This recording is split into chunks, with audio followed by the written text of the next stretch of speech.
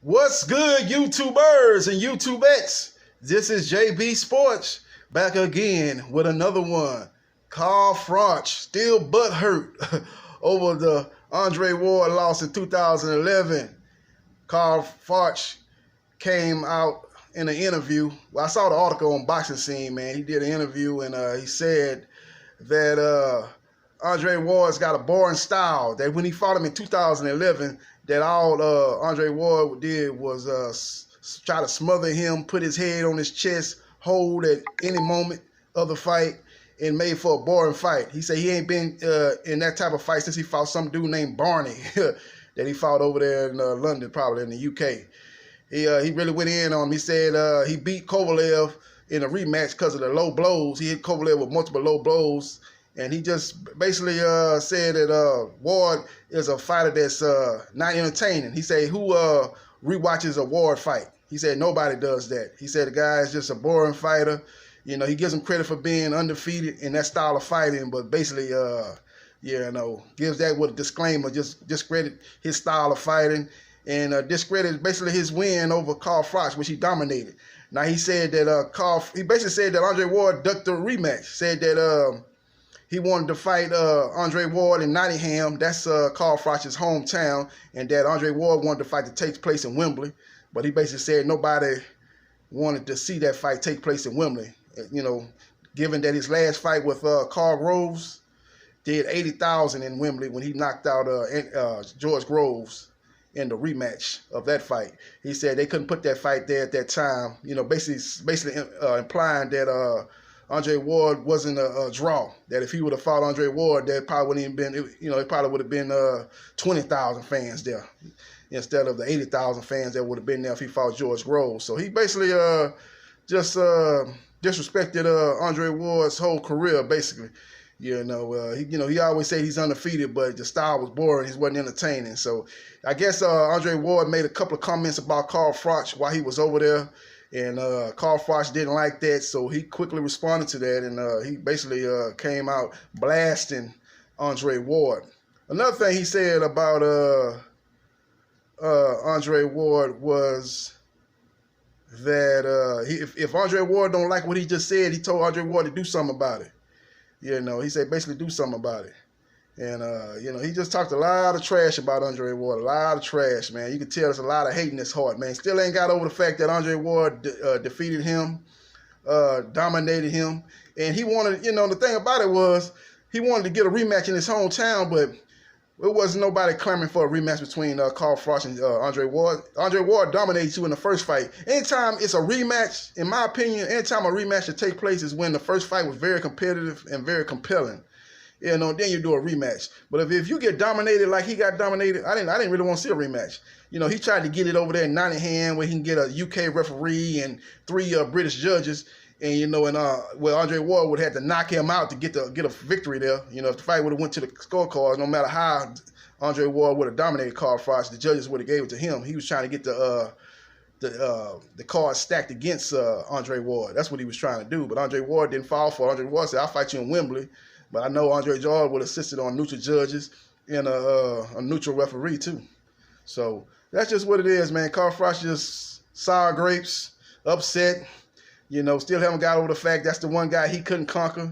He came back and beat Lucian Bute after the Ward loss in devastating fashion. And then he fought George Groves.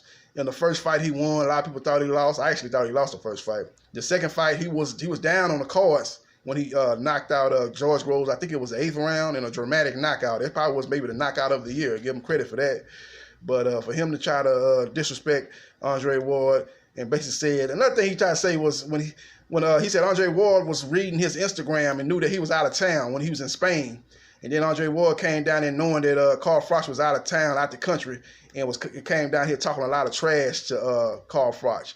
Basically implying that Andre Ward, the only reason why he talked trash in the UK was because he knew that Carl Froch was out of town in Spain, that if Carl Froch would have been in the UK, Andre Ward would have been quiet as a church mouse. That's basically what Carl Froch was implying, which is absolutely ridiculous. It ain't no cowardice in nowhere in Andre Ward's heart. And Andre Ward was down there in the UK for the Luke Campbell fight. the Luke Campbell Lomachenko fight. Now was so I guess I guess that's when Carl Froch was in Spain. So he basically saying he was talking trash, but what he don't understand is if that's the time he's talking about. If he don't understand is that Andre Ward was down there covering the fight. He works for ESPN Plus. They were covering the fight. He didn't just say, "Oh, Carl Froch not gonna be down. Let me run down there and talk trash about Carl Froch in the UK, make me look like I'm Billy Badass." That ain't the case. He came down there covering the fight. Him and Tim Bradley and Chester Torre, they called the fight on ESPN Plus. So he was down there doing his job. If you talking about that time there, if you talking about the other time he was down there, he was commentating the fight then. He was working for I think HBO at the time, or maybe he was working for one of the UK broadcasters. I know he was down there previously when they were first discussing that rematch. And Carl Froch, he was down there. He commentated on the Carl Froch fight. And Carl Froch defeated George Groves in the rematch. That's when a lot of people were, speculating about that rematch. And Carl Froch was in town, so evidently he was talking about just recently when Andre Ward was down here. And like I said, that's a bunch of rubbish, as the UK people say, a bunch of rubbish on Carl Froch's part, because Andre Ward was down there covering the Vasily Lomachenko versus Luke Campbell unification fight at lightweight. So he wasn't down there just, because Carl Froch was in Spain, and they talking trash. He wasn't down there covering the fight, and I already knew that, okay, let me talk this trash, because I already know that Carl Froch is in Spain, so I'm going to talk trash. Come on, man. The man was giving his opinion. That's one thing about Andre Ward. You might not like his opinion, but that is his opinion. That is his opinion. And he is a straight shooter. He ain't no person that, he ain't no wildflower. He ain't no person that just try to say what he think people want to hear. He says he got strong opinion, and he says what he believes. He probably didn't even, I don't think he was looking at Carl Froch's travel plans and before he made that comment and knew that Carl Froch was in Spain. Carl Froch is talking rubbish, like I said before. But that's just what it is, man. Sour grapes. That's the one mountain that he couldn't climb in Andre Ward.